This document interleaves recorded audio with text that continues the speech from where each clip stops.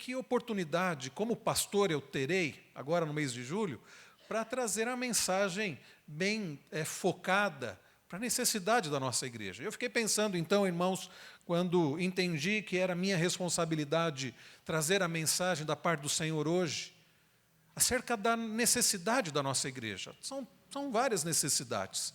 Mas eu penso, irmãos, que uma das áreas em que nós precisamos crescer como igreja de Cristo é o nosso proceder como salvos pela graça, como acabamos de cantar, vivendo como corpo de Cristo, e como temos ouvido nesses últimos tempos nas aberturas de escola dominical, em mutualidade cristã.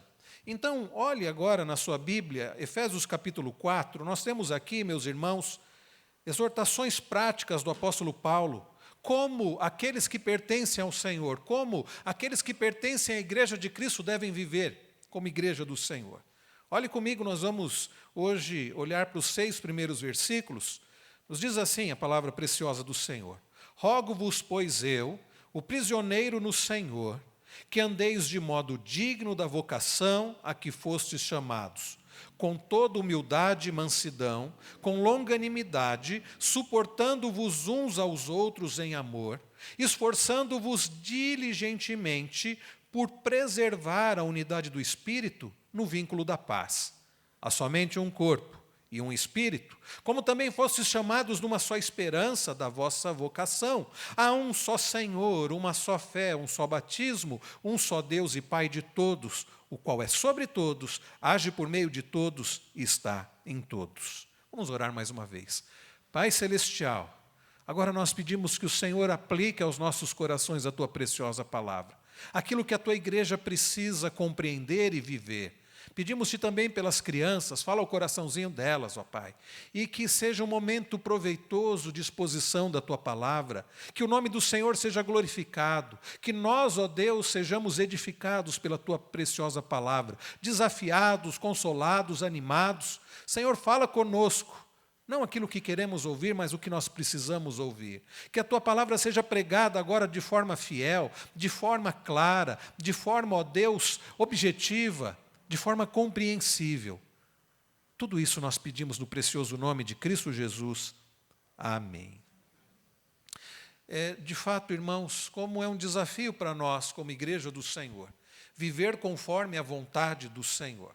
Para muitos, a ideia de igreja hoje está tão desgastada que muitos entendem a igreja como uma espécie de clube, como uma espécie de sociedade, como existem várias sociedades ou gremiações ou agrupamentos, aqueles que entendem que a igreja é apenas um ajuntamento de pessoas, que muitas delas nem ao menos se conhecem, mas se reúnem porque, por causa talvez de uma tradição religiosa, elas estarão ali, cantarão alguns hinos ou cânticos, farão algumas preces, intercessões e ouvirão uma exposição da palavra do Senhor.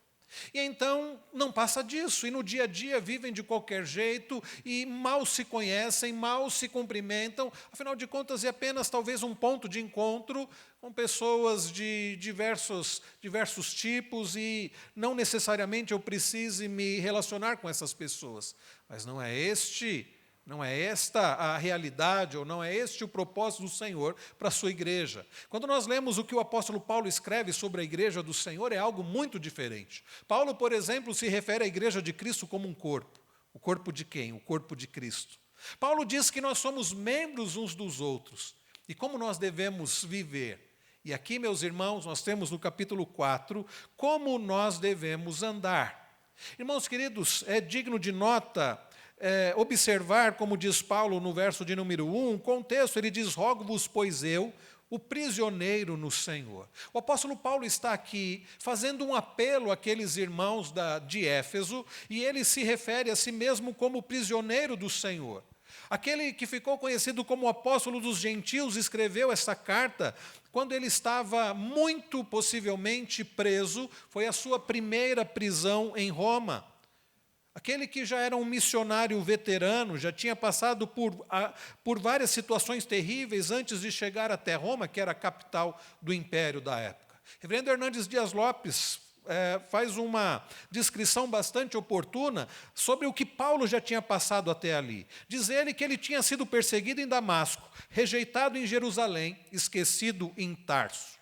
Também ele já tinha sido apedrejado em Listra, açoitado lá na cidade de Filipos, escorraçado de Tessalônica, enxotado de Bereia, chamado de tagarela em Atenas e de impostor em Corinto. Enfrentou feras em Éfeso, foi preso em Jerusalém e foi também acusado em Cesareia. Enfrentou um naufrágio avassalador ao dirigir-se a Roma, foi picado por uma cobra lá na ilha de Malta, já tinha sido fustigado 3 vezes com varas pelos romanos, recebido cerca de 195 açoites dos judeus, conforme 2 aos Coríntios, capítulo 11. Ou seja, muita coisa o apóstolo já tinha passado, até, meus irmãos, ser preso na capital do império. O velho, então, apóstolo chegou a Roma preso e algemado. Durante 2 anos, irmãos queridos, ele ficou preso numa casa alugada sob custódia do imperador.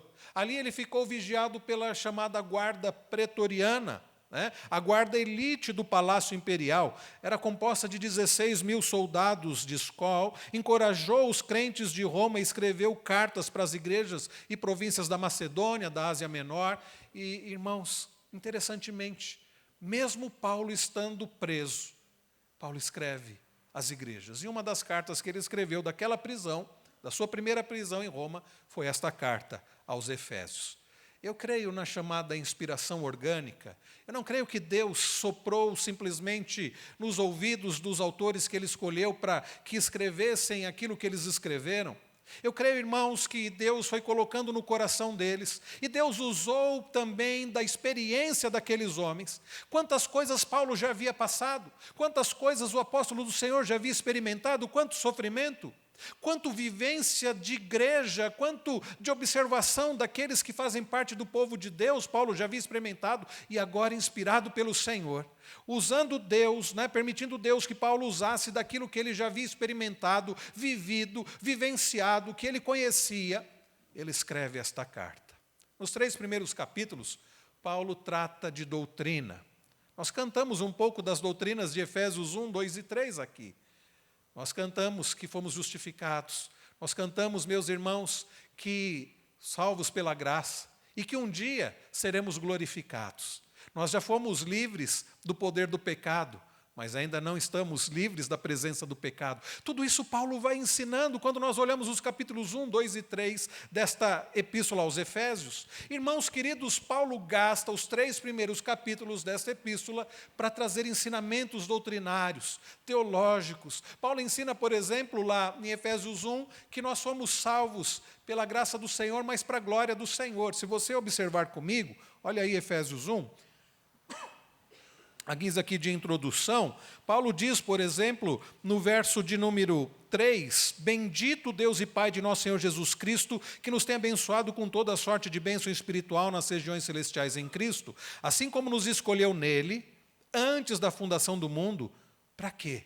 Prestem atenção, para sermos santos e irrepreensíveis perante ele. Nós somos escolhidos por Deus não para vivermos de qualquer jeito. Nós não somos santos para sermos salvos, nós somos salvos para sermos santos. E a ideia aqui de santo é separados. Como Pedro escreve numa das suas epístolas, vós, porém, sois raça eleita, sacerdócio real, nação santa, povo de propriedade exclusiva de Deus. Para quê?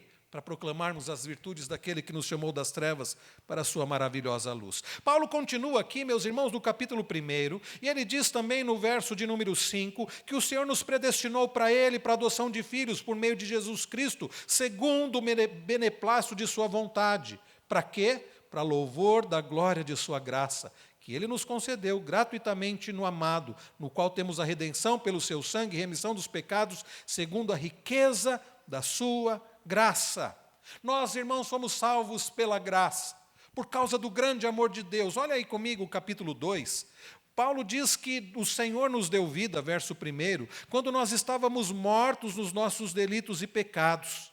E no verso de número 4, ele diz, mas Deus, sendo rico em misericórdia, por causa do grande amor com que nos amou, estando nós mortos em nossos delitos, nos deu vida juntamente com Cristo.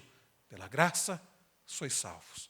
Paulo vai trazendo doutrinas. Paulo vai mostrando para aqueles crentes de Éfeso.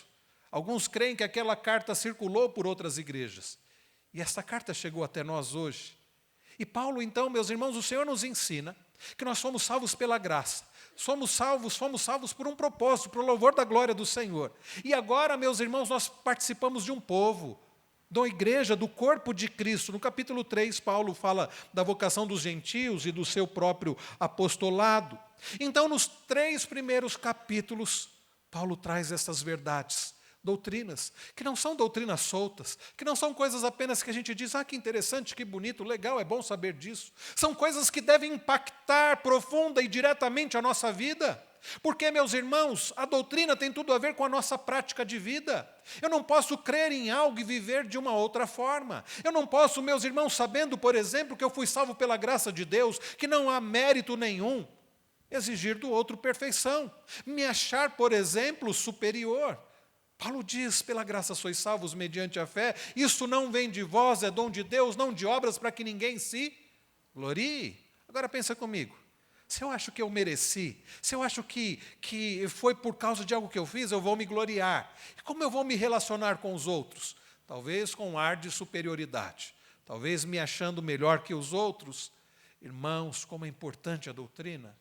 Nós não ensinamos doutrinas bíblicas por acaso. Nós não aprendemos as doutrinas bíblicas para sermos apenas conhecedores, mas para que vivamos para a glória do Senhor, para o seu inteiro agrado. Então, nos 3 primeiros capítulos, doutrina.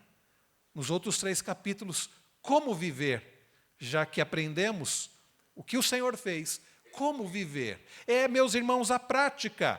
É como devemos, então, viver. Na prática, John Stott, ele, num dos seus comentários, aliás, comentando a Epístola aos Efésios, ele diz que Paulo avança da nova sociedade para os novos padrões nos quais essa sociedade deve andar. Nos 3 primeiros capítulos, Paulo vai falando de uma nova sociedade. Mas no capítulo 4 em diante, Paulo vai falar como esses crentes devem viver. Olhe comigo o verso 1 do capítulo 4. Rogo-vos, pois eu, o prisioneiro no Senhor, que andeis de modo digno da vocação a que fostes chamados. Preste bastante atenção. Ele diz, rogo-vos, pois. Esse pois faz toda a diferença. Esta partícula aqui, pois, é um divisor de águas da epístola. Ele está dizendo, por causa de tudo que eu falei até aqui, a adoção através de Cristo, a salvação pela graça, remissão dos pecados, por causa de tudo que eu falei até aqui, agora vivam conforme a vontade do Senhor. Por isso que John Stott diz que depois da nova sociedade, para os novos padrões nos quais essa sociedade deve andar, volta-se da exposição para a exortação. Da doutrina para o dever, daquilo que Deus faz para aquilo que devemos ser e devemos fazer. Primeiro, Paulo ensina o que Deus fez. Agora, Paulo diz o que nós devemos ser e o que nós devemos fazer. Paulo ensinou e orou pela igreja. Agora, dirige-lhe um apelo solene. Esse rogo-vos é um apelo solene. Paulo poderia, com a autoridade de apóstolo, inspirado pelo Espírito Santo, a autoridade do Espírito vindo sobre a vida dele, dizer, eu ordeno a vocês que vivam assim. Mas não é assim que Paulo diz. Paulo faz um apelo encarecido, como que dizendo, eu suplico a vocês. É sim, meus irmãos, aquele pastor, aquele missionário já experimentado, aquele pastor, meus irmãos, já sofrido, ele faz um apelo àquela igreja. A instrução, a intercessão e a exortação constituem um trio fundamental na vida do cristão. Então, meus irmãos, o tema da mensagem dessa noite é como a igreja deve viver. Como nós, como membros do corpo de Cristo, devemos viver. A palavra que Paulo usa é andar. Como devemos andar? É o andar digno, é o viver digno. Como, irmãos, devemos viver? Como devemos andar? Em primeiro lugar, nós precisamos entender que nós devemos viver, andar do modo digno da vocação a que nós fomos chamados. Olhe comigo, vamos ler juntos o verso de número 1? Leiamos. Rogo-vos, pois eu, o prisioneiro no Senhor, que andeis de modo digno da vocação a que fostes chamados. Irmãos queridos, Paulo faz um apelo.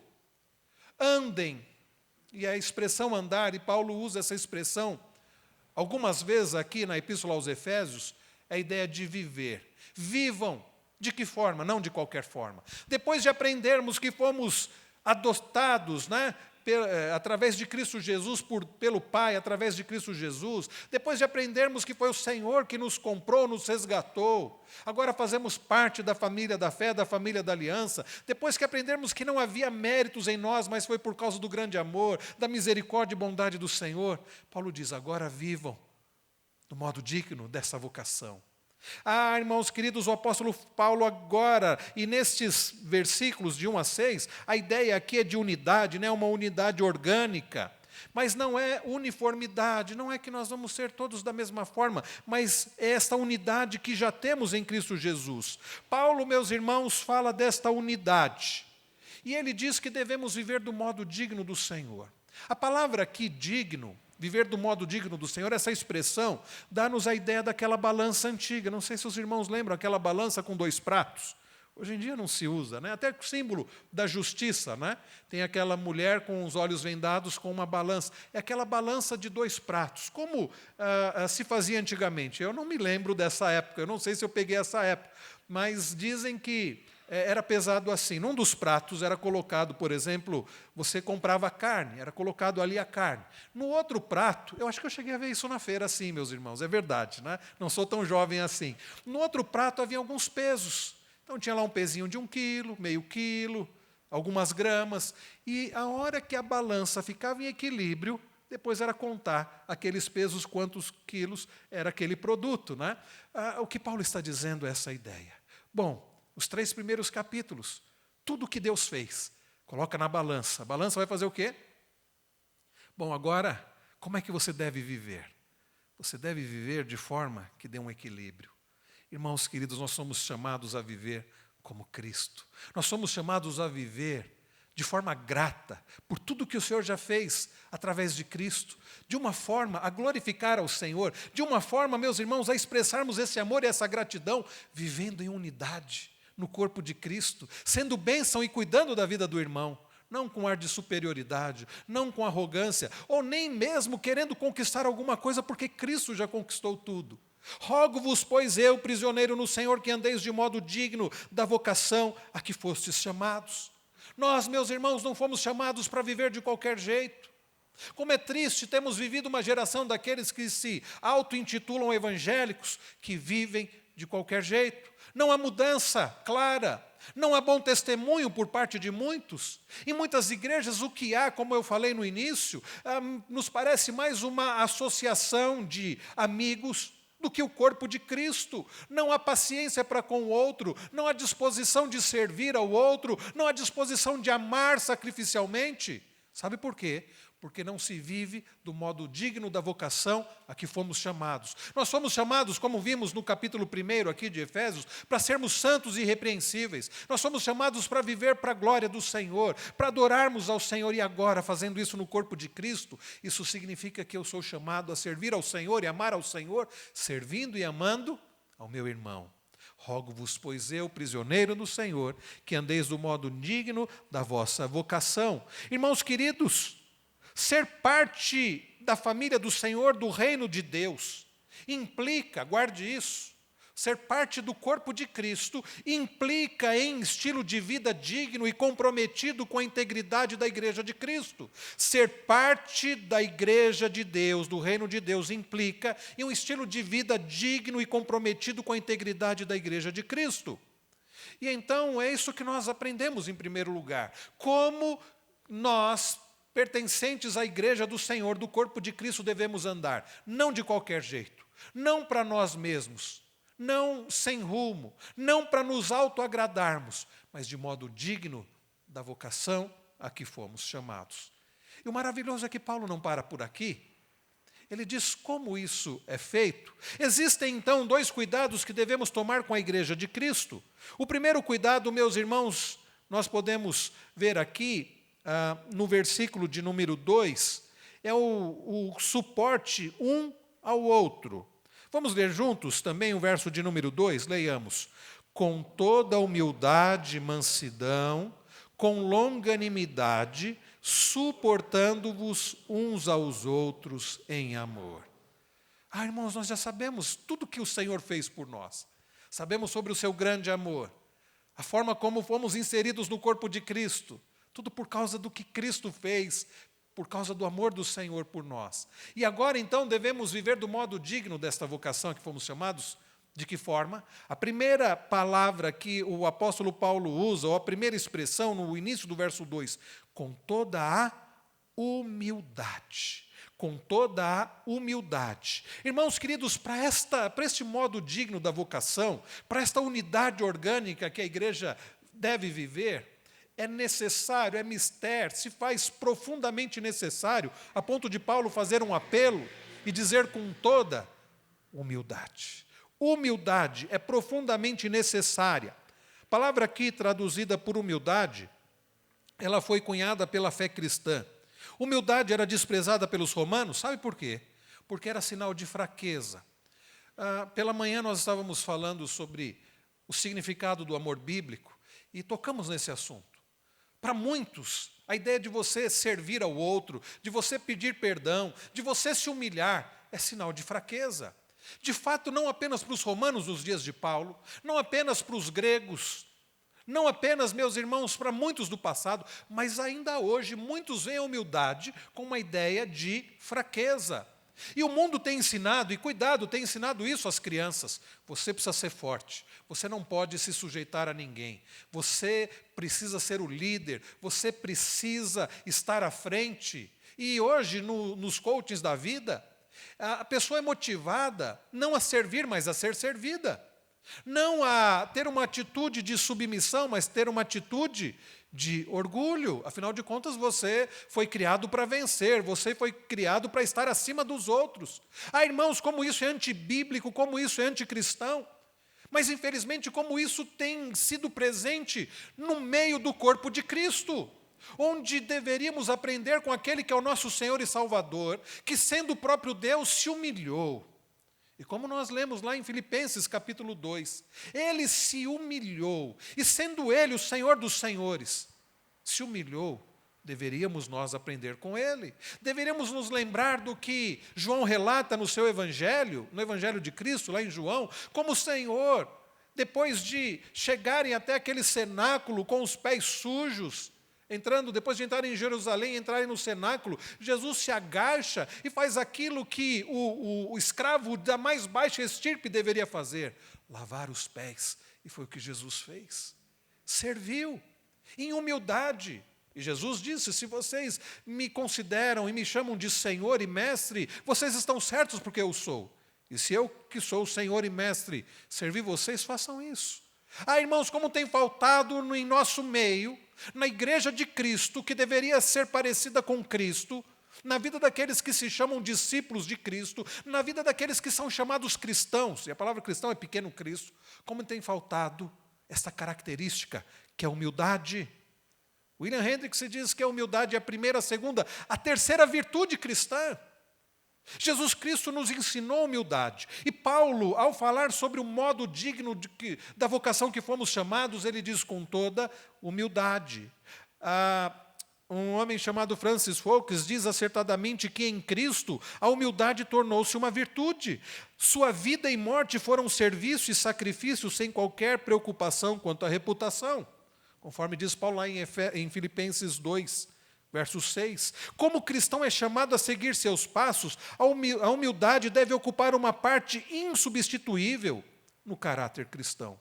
Sabe, irmãos, por que da nossa falta, por vezes, de bom relacionamento? Qual é o motivo da falta de cuidado uns para com os outros? Porque ao invés de termos a mente de servo, de humildade, nós temos a mente de Senhor, fruto de um coração orgulhoso e soberbo. Sabe por que muitos na igreja não querem servir e sim ser servidos? Porque têm a mente de Senhor, orgulhosos, jactanciosos. Eles olham para o outro de cima para baixo. No fundo, acham que são melhores do que o outro, merecem ser servidos. E eles não têm dificuldade em ser servidos, mas na hora de servir ao outro, isso não tem nada a ver comigo. Eu não posso, eu não tenho tempo, não é comigo. Por vezes, meus irmãos, não vivemos do modo digno da vocação a que fomos chamados, não agimos, não vivemos como corpo de Cristo, um cuidando do outro, como ouvimos pela manhã na abertura da escola dominical, amando de fato ao outro, porque nos falta humildade. Nós nos enxergamos além do que deveríamos nos enxergar. Não reconhecemos que fomos salvos pela graça. Não reconhecemos que não merecíamos nada. Não reconhecemos que a graça do Senhor que nos tem sustentado, que nós não merecemos nada e nós não valemos nada por nós mesmos. E por causa disso, orgulhosos, achamos que devemos ser servidos ao invés de servir. Isto, meus irmãos, não é viver do modo digno da vocação qual nós fomos chamados. Nós vivemos, irmãos, do modo digno da vocação a que fomos chamados, nós buscamos o equilíbrio ali da balança, ao olhar para tudo que o Senhor fez para nós, quando, semelhantes a Cristo, nós vivemos com humildade e servimos ao outro.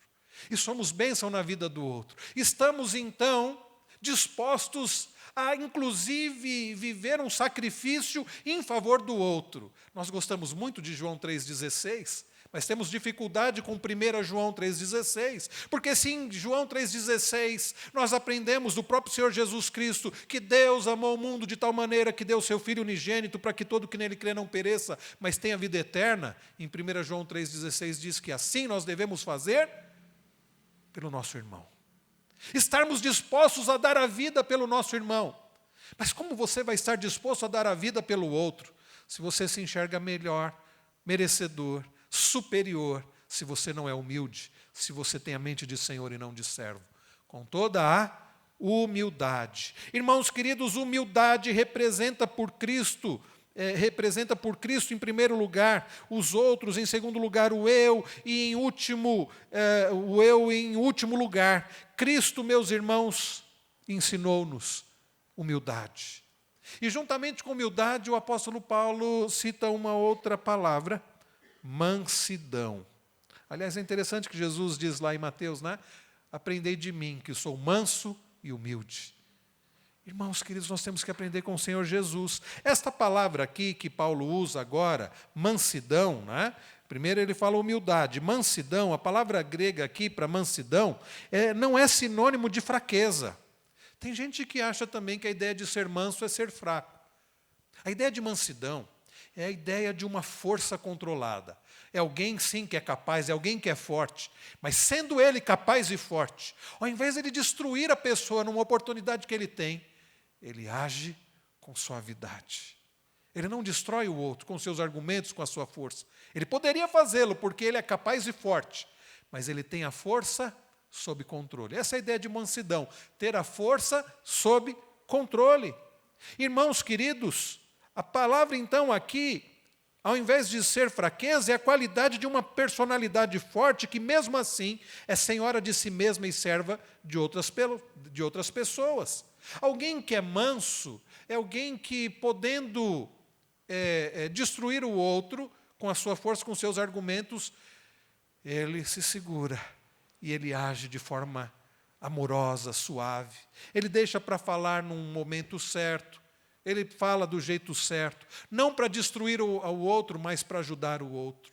Irmãos queridos, quantas vezes para ganhar uma discussão, em nome de ganhar uma discussão, nós não agimos com mansidão, nós agimos, meus irmãos, com força, nós agimos com agressividade, nós agimos humilhando o outro. Isto não deve existir no meio do povo de Deus. Uma pessoa mansa é aquela que não insiste em seus direitos, nem reivindica sua própria importância ou autoridade. Uma pessoa mansa é aquela que, sendo humilde, ela vive na prática da humildade, não exigindo seus supostos direitos, mas vivendo como servo do outro.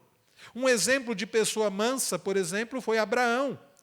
Ele deixou Ló fazer a melhor escolha. Quando nós lemos Gênesis 13, nós vemos isso. A mansidão, como eu disse, é a força sob controle, é o poder sob controle. Moisés foi chamado de um homem manso. E, no entanto, veja quão tremendo poder ele exerceu. Jesus era manso e era humilde. E, irmãos, ele não deixou de fazer o que ele deveria fazer, inclusive expulsando os cambistas do templo. Irmãos queridos, nós precisamos viver desta forma. Se o Senhor nos deu tudo, se o Senhor nos salvou pela sua graça, se somos alvos do amor, da misericórdia, da graça do Senhor, como nós poderíamos então viver de forma diferente uns com os outros? Como nós então poderíamos exigir perfeição do outro? Como nós então deveríamos exigir ser servidos?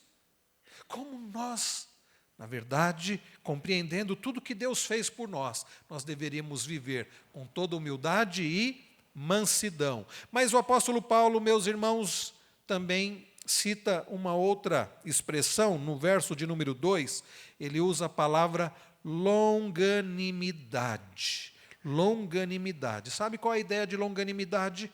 É a ideia de paciência. Longanimidade é a ideia de paciência. William Barclay diz que o substantivo, do grego, macrotimia, e o verbo macrotimen são palavras tipicamente cristãs, pois descrevem uma virtude cristã que os gregos não consideravam uma virtude. Para muitos, a ideia de paciência também era uma ideia de fraqueza. Agora, essa palavra quer dizer aguentar com paciência pessoas provocadoras. Essa é a ideia, meus irmãos. Ser longânimo é ser paciente. Nós temos, como eu falei, estudado na classe dos casais sobre o significado do amor bíblico. Nós temos olhado para 1 Coríntios 13, de 4 a 8. E o apóstolo Paulo começa dizendo que o amor, ele é paciente. O amor, ele é paciente. Por causa do amor, que é um compromisso sólido de agir sacrificialmente em favor do outro, nós suportamos. Suportamos, meus irmãos, a imperfeição do outro. Não é ser conivente com o pecado do outro, não. É uma coisa diferente. Mas é você suportar. Sabe de uma coisa? Você já percebeu que a pessoa que frequenta esta igreja, as demais pessoas são imperfeitas? E se você perceber bem, você nem precisa se esforçar para isso. Você vai enxergar que você também é imperfeito. E então devemos nós agir não buscando, exigindo perfeição do outro, porque o outro não é perfeito. Sendo nós pecadores, sendo nós imerecedores, tendo o Senhor paciência para conosco, devemos nós também sermos pacientes, longânimos para com os demais, para com o nosso irmão. Irmãos queridos, nós precisamos ter paciência. É o estado de espírito estendido ao máximo, é a firme paciência no sofrimento. Crisóstomo dizia que paciência é o espírito que tem o poder de vingar-se, mas nunca o faz. É você reter a ira. Isso tudo é paciência. Infelizmente, o que por vezes é visto e vivido no meio da igreja é impaciência. É um não tendo paciência com o outro, brigando com o outro, exigindo perfeição do outro como se nós fôssemos perfeitos. Na parábola do credor incompassivo, onde Jesus conta que o homem fora perdoado de uma dívida astronômica impagável, diz-nos Jesus que aquele homem que fora perdoado daquela dívida, humanamente falando, impagável, astronômica, ele sai e encontra um homem que lhe devia era cerca de 3 meses de salário. E aquele homem, ao invés de ter gratidão, ao invés de ter paciência com o outro, diz Jesus que ele o sufocava, ele pegou assim pelo colarinho, sufocando, dizendo: paga o que você me deve. Sabe por quê, meus irmãos? Eu entendo que aquele homem nunca entendeu a graça do Senhor. Ele não havia entendido que ele havia sido perdoado de uma dívida astronômica. Irmãos, quantos ainda não entenderam Efésios 1, 2 e 3? E por isso, estão por aí, estão na igreja, sufocando. Você precisa ser perfeito comigo. Você não pode falhar comigo. Eu não vou te perdoar. Porque, no fundo, sentem que são pessoas merecedoras. Nós precisamos, irmãos, entender a graça de Deus. Nós precisamos entender o amor de Deus. Nós precisamos entender, meus irmãos, que nós somos alvos da graça, do amor, da misericórdia do Senhor. Nós precisamos entender, eu não sei se você leu a mensagem do boletim, que nós não somos pessoas fáceis de amar. Você leu a mensagem do boletim? Quantas vezes, irmãos, nós temos dificuldade com o outro, temos dificuldade em amar ao outro, porque nós achamos que os outros são difíceis e são difíceis. Mas como diz o finalzinho aí da coluna do lado esquerdo, todos nós somos difíceis de amar. E nós precisamos entender, irmãos, que Deus tem agido com graça, com misericórdia, com bondade, e é isso que as pessoas precisam receber de nós. Nós precisamos agir com graça, com misericórdia, com bondade, com amabilidade, sendo irmãos humildes, pacientes com os outros, porque nós não somos pessoas boas, porque nós não somos pessoas fáceis de amar, porque Deus nos amou quando nós estávamos mortos nos nossos delitos e pecados, e Deus continua nos amando, apesar de sermos pessoas tão imerecedoras. Haja com paciência. Paulo está dizendo, de um lado da balança, está o amor de Deus, a graça do Senhor, a salvação pela graça, o amor de Deus dia a dia por nós, a misericórdia do Senhor que se renova cada manhã. Do outro lado, devemos nós agir da mesma maneira. A pergunta que fica é assim que nós temos agido para com os outros? É assim que nós temos vivido como igreja do Senhor? Paulo fala com toda humildade, mansidão, longanimidade. E então ele conclui o verso 2 dizendo, suportando-vos uns aos outros em amor. A ideia de suportar aqui, por bastante tempo eu entendia que era a ideia de você simplesmente dar suporte para o outro. Um dia eu li o artigo do reverendo João Paulo Tomás de Aquino, um amigo da época de seminário, e ele se deu ao trabalho de pegar essa palavra, suportar, esse termo do grego aqui, e ele estudou em toda a Bíblia, principalmente em todo o grego, todo o Novo Testamento, essa palavra. Em todas as partes, todos os versículos que aparece essa palavra, ele viu que significa a ideia de você aguentar, é você suportar mesmo.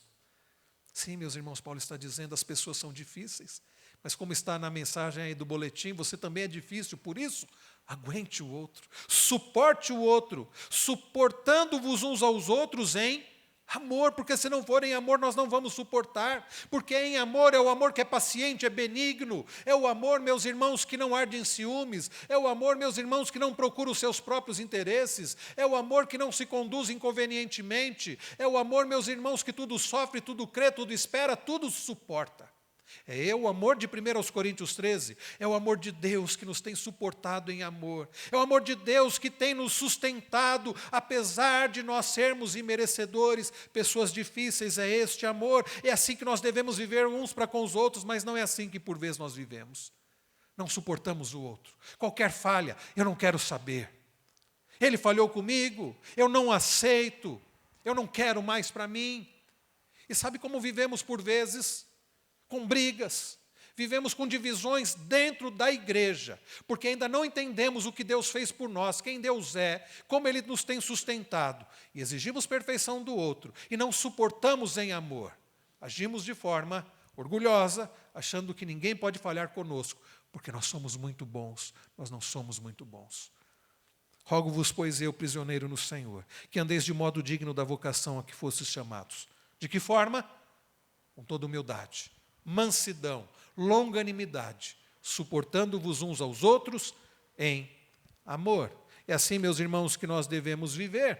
É assim, meus irmãos. E então Paulo diz no verso 3, esforçando-vos diligentemente. A ideia aqui é um esforço muito grande, por preservar a unidade do Espírito no vínculo da paz. Eu e você somos chamados a não tentar simplesmente, mas nos esforçarmos com todas as forças. Não, meus irmãos, para criar unidade. Olha, cuidado com isso. Tem gente que acha que nós temos a responsabilidade de criar unidade no corpo de Cristo. Nós não temos essa responsabilidade, nem temos esse poder e nem precisamos. Sabe por quê? Porque em Cristo Jesus essa unidade já existe. No vínculo do Espírito já há essa unidade no corpo de Cristo. Então Paulo não diz, olha, se esforcem para criar unidade. Preste bastante atenção. Paulo diz, esforçando-vos diligentemente por preservar a unidade do Espírito no vínculo da paz. Essa unidade já existe. Basta você se esforçar para não atrapalhar. Sabe o que acontece muitas vezes? Nós, com a nossa mesquinhez, com o nosso orgulho, com a nossa falta de amor pelo próximo, ou com o nosso grande amor por nós mesmos, nós atrapalhamos essa unidade do Espírito no vínculo da paz. Nós criamos contendas, fofocas, brigas, ao invés de sermos misericordiosos, perdoadores, ao invés de sermos pacificadores, pessoas que promovem, né, a preservação dessa unidade, nós agimos de forma contrária, mais atrapalhamos do que ajudamos. A pergunta é, assim que você tem agido no corpo de Cristo? De forma arrogante, gostando de uma briga, de uma fofoca. Fulano, você viu o que fulano fez? O que fulano falou de você? Não, eu não aceito o que a pessoa fez para comigo. Isso não ajuda a preservação da unidade no vínculo da paz. Isso, meus irmãos, é jogar de forma contrária. Isso é ir ao lado contrário. Nós devemos, meus irmãos, nos esforçar com diligência por preservar a unidade do Espírito que já existe no vínculo da paz. Você tem sido um agente de pacificação, um agente de unificação ou de preservação de unidade, ou você tem sido um desagregador. Quando nós olhamos para 1 Coríntios, nós vemos como aqueles cristãos viviam de forma contrária a isso que Paulo está escrevendo. Era gente que vivia para si mesmo, era gente que vivia para a sua própria glória. Havia partidarismo, havia divisões, facções. Eu sou de Paulo, eu sou de Apolo, eu sou de Cefas. Havia uma bagunça, cada um buscando o que era melhor para si mesmo. Uma verdadeira bagunça. É por isso que Paulo escreve o capítulo 13. Precisava haver o amor que é paciente, que é benigno, que não busca os seus próprios interesses. E é disso que Paulo está falando aqui também. Nós precisamos ser agentes de preservação de unidade. Não, meus irmãos, instrumentos do diabo para atrapalhar, para dividir a igreja. Como é triste, queridos, quando, ao invés de haver essa preservação da unidade em amor, um servindo ao outro, cuidando do outro, o que existe é arrogância, o que existe é egoísmo, o que existe são brigas. Nós precisamos, em nome de Jesus, pedir perdão ao Senhor e buscar, com a ajuda do Senhor, para sermos promotores da preservação da unidade do Espírito. Sabe por quê, meus irmãos? Porque, conforme diz Paulo no verso 4, há somente um corpo e um espírito, como também fostes chamados numa só esperança da vossa vocação. Há somente um Senhor, uma só fé, um só batismo, um só Deus e Pai de todos, o qual é sobre todos, age por meio de todos e está em todos. Não existem vários deuses, não existem vários corpos de Cristo.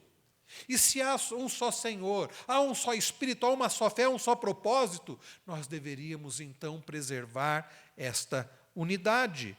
Quando Paulo diz aqui, queridos, no verso de número 4, há somente um corpo, só existe uma igreja verdadeira, o corpo de Cristo, formada nos dias de Paulo por judeus e gentios, formada hoje por pessoas de diversas etnias, diversas nações. Eu não gosto de usar a palavra raça, que para mim só existe uma raça que é humana. Formada por pessoas de diversas etnias, pessoas com jeitão diferente, pessoas que receberam educação diferente, pessoas que têm instrução diferente, mas nenhum é melhor que o outro, porque todos nós somos um só corpo em Cristo. Quem deve ser glorificado e exaltado é o Senhor, não são os membros do corpo. Nós não somos melhores do que ninguém, nós somos um só corpo, porque só existe um só corpo. Também Paulo fala que é um só Espírito, é o mesmo Espírito que habita na vida de cada crente. O apóstolo Paulo diz que se alguém não tem o Espírito de Cristo, não pertence a Cristo, Romanos 8:9. Mas nós temos o mesmo Espírito. Por isso, um não pode se achar melhor ou menor que o outro. Paulo diz que também há uma só esperança, é a esperança da volta gloriosa de Cristo. Paulo diz também, meus irmãos, ainda aí agora no verso 5, que há um só Senhor, nós servimos ao mesmo Senhor e devemos promover a glória deste Senhor. Nós precisamos parar de viver divididos. É difícil crer que dois crentes que dizem obedecer o mesmo Senhor sejam incapazes de andar juntos em unidade. Paulo diz que existe uma só fé, no verso 5. Essa fé, tanto é o conteúdo da verdade que cremos, né? O nosso credo, aquilo que nós cremos, também, meus irmãos, como é a nossa confiança pessoal em Cristo Jesus, como nosso Senhor e Salvador. Nós temos a mesma fé. Como vamos viver nós divididos se nós temos a mesma fé em Cristo? E, finalmente, no verso 6, Paulo diz que existe um só Deus e Pai. Deus é o Pai de toda a igreja, tanto a da terra como a do céu. Deus é sobre todos, age por meio de todos e está em todos. Se há um só Deus, se nós somos irmãos em Cristo, por que vivermos divididos? Por que acharmos uns superiores aos outros? Por que brigas? Por que contendas? Por que não unidade? Nessa primeira mensagem, nesse mês, meus irmãos, de aniversário desta igreja, como pastor, eu faço um apelo como Paulo fez. Um apelo para que vivamos do modo digno da vocação a que fomos chamados. Nós não fomos chamados para ser uma igreja simplesmente bonita, ostentosa. Fomos chamados para ser uma igreja fiel. Não fomos chamados, meus irmãos, para poder adquirir muitas coisas, mas para viver na unidade do Espírito. Um amando o outro, um servindo ao outro, um cuidando do outro. Tudo isso para a glória de Deus. É assim que nós temos vivido?